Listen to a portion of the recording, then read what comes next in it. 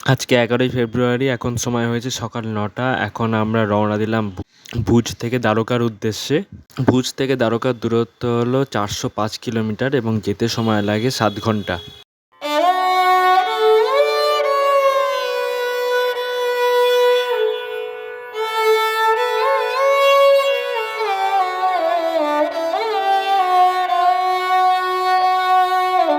এইটা হলো খাম্বাত উপসাগর, এটা ভুজ থেকে দ্বারকা যাওয়ার পথে দেখা যায়।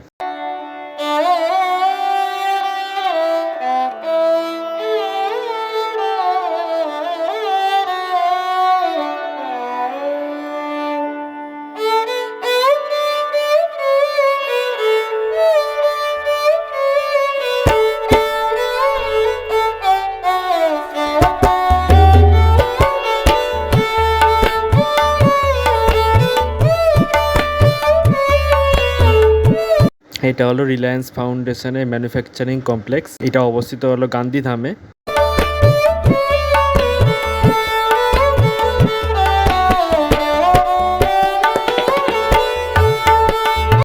এখন সময় হয়েছে বিকেল 5টা আর আমরা এখন পৌঁছে গেছি দ্বারকাতে। ওই যে দূরে দেখা যাচ্ছে দ্বারকাধীশ মন্দির।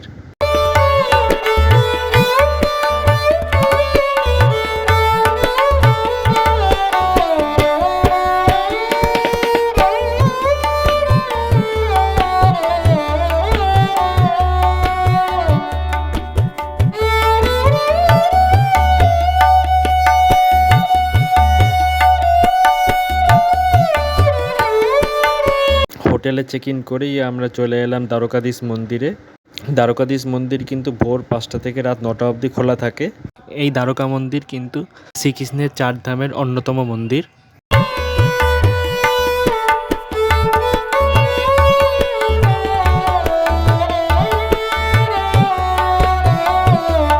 আজকে 12ই ফেব্রুয়ারি, আজকে আমরা যাচ্ছি দ্বারকা থেকে ভেট দ্বারকার উদ্দেশ্যে।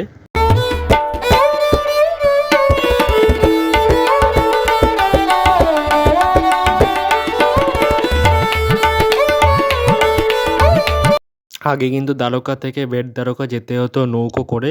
দ্বারকা থেকে বেট দ্বারকার যে নতুন ব্রিজটা হয়েছে সুদর্শন ব্রিজ, সেটা তখন ছিল না, ওই জন্য তখন নৌকা করেই পারাপার করতে হতো দ্বারকা থেকে বেট দ্বারকা পর্যন্ত।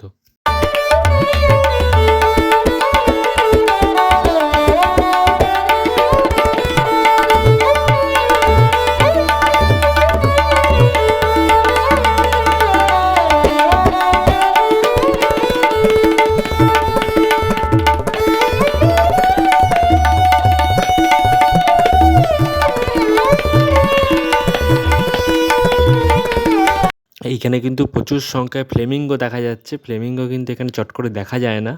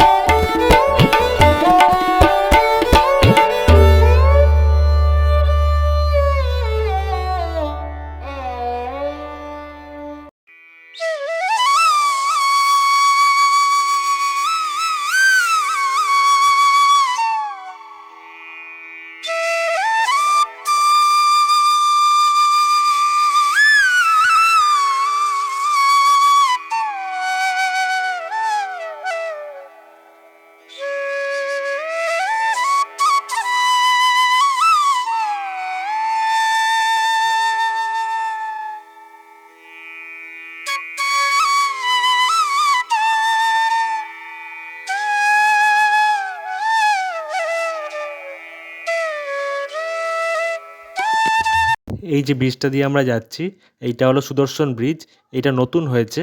বেট দ্বারকা হলো একটি অত্যন্ত পবিত্র তীর্থস্থান, যা রাজা হিসেবে দ্বারকায় থাকাকালীন ভগবান কৃষ্ণের আদি নিবাস বলে মনে করা হয়। এই ভূমিটি কচ্ছ উপসাগরে দ্বারকার উপকূলে অবস্থিত। বেট দ্বারকার অপর নাম বেট শঙ্খদরা।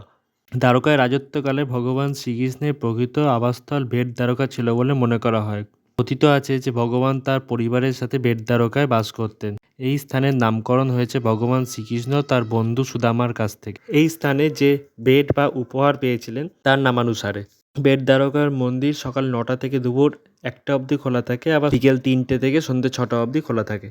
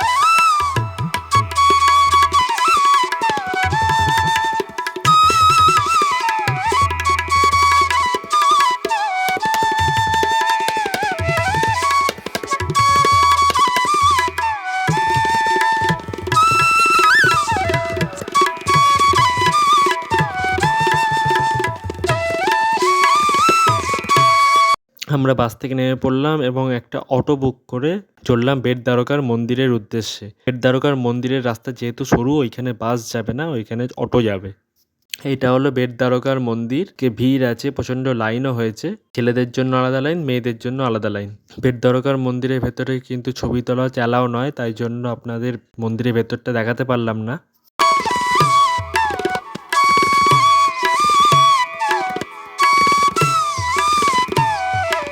বেটদ্বারকা মন্দির দেখার পর এবার আমরা চলে এলাম নারায়ণ মন্দির দেখার জন্য।